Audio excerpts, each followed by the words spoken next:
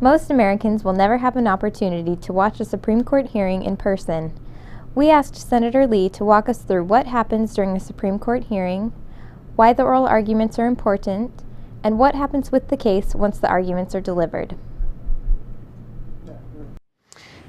At the appointed hour, when oral argument is scheduled to begin, at exactly 10 o'clock, if it's been scheduled for 10, you'll hear a loud bang of the gavel in the courtroom, and you'll hear the voice of the marshal call out, "Oyez, oyez, oyez." All persons having business before the Honorable, the Supreme Court of the United States, are admonished to draw near and give their attention, for the court is now sitting. God save the United States and this honorable court.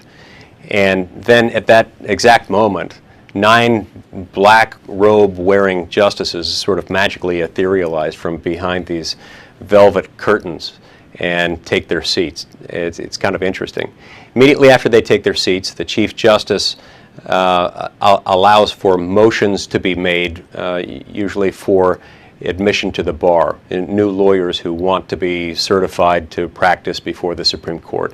And one or more lawyers will get up and say, "I move the admission of so-and-so and such, and the motions are always granted, and then the oaths of office are then administered to the lawyers being admitted to the Supreme Court bar. That only takes usually 2 or 3 minutes. The court wastes no time. As soon as those are over, the Chief Justice will direct the lawyer for the petitioner, the counsel for the petitioner, to come to the podium, and the argument then begins. In the typical case before the Supreme Court, each side is given 30 minutes, and so one case will take 1 hour to argue. The court hardly ever deviates from that, and for the last 3 or 4 decades that has been the norm. It's very unusual that the court will take any more than 60 minutes to hear a case.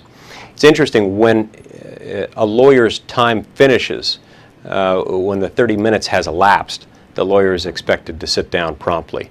They may be able to finish their sentence upon the expiration of 30 minutes, but that is literally it. They've got to sit down at that point. And it's made difficult by the fact that there's no clock at the podium. There's a clock above the podium, about 50 or 60 feet above where the justices sit, but they don't like you to look at the clock, so you'll see a lot of lawyers bring a stopwatch with them to the podium so they can keep track of their time. Throughout the entire argument, the lawyer is constantly being peppered with questions, and that makes things interesting. Oral argument, of course, matters. Many times the justices have made up their minds by the time they get to oral argument, but that's not always the case. Anytime members of the court are preparing for oral argument, they're reading the briefs, all the briefs submitted by the parties. They're reading briefs submitted by amici curiae, or friends of the court. And their law clerks will also read all those briefs and prepare what are called bench memoranda for their justice, sort of analyzing the arguments made and making a recommendation to the justice as to which way he or she might vote. And so they have thought about it, they've discussed it with their law clerks, they have given extensive attention to the case, and very often have decided more or less how they're going to vote.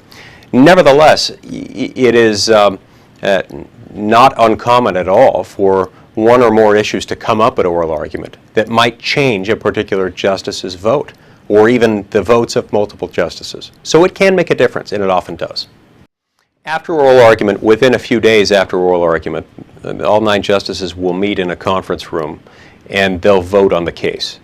And they will vote in order of seniority. The Chief Justice votes first. The most senior justice after the chief will vote second, and so forth, until you have the most junior justice casting the last vote.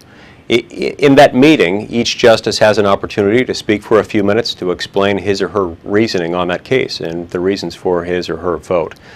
And it's after that conference and those votes have been cast that the Chief Justice, where the Chief Justice is in the majority, will assign the task of writing the majority opinion.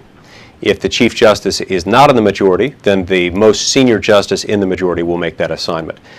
Usually you won't expect to have an opinion until at least 6 to 8 weeks after argument. Very often it's a few months after argument. And so in a really high-profile case, particularly a case argued in March or April, typically you won't expect to see a decision until shortly before the court concludes its business at the end of June.